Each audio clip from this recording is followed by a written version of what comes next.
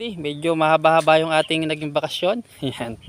Dahil nagkaroon ng mga mahalagang kaganapan sa ating buhay. Kaya medyo ngayon lang natin nabalikan ito pong mga tanim dito po sa farm. At yan po ano, na ito pong area po na ito ay napamitasan na natin. Pero madami pa rin pong mga bunga. So may kalahating kilo po yung naitanim natin dito. Yan, medyo masukal na nga ano. At yan, madami po ang kanilang bunga.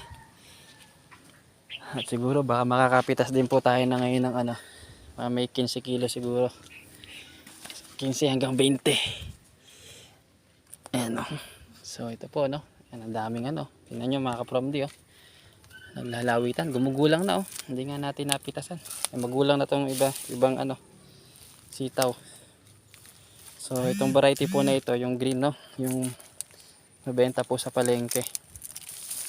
Yan po, nakalawit mga kapromdi no, yung ating mga tanim na sitaw.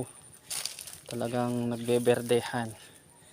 Medyo ano rin dahil natutuyo-tuyo at isang linggo na mahigit, di naulan dito sa atin.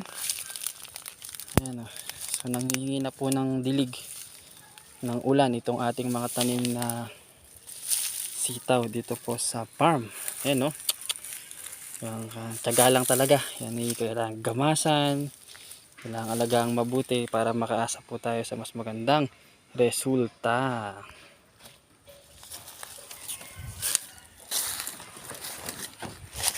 Dami nga ditong bunga sa labas ah.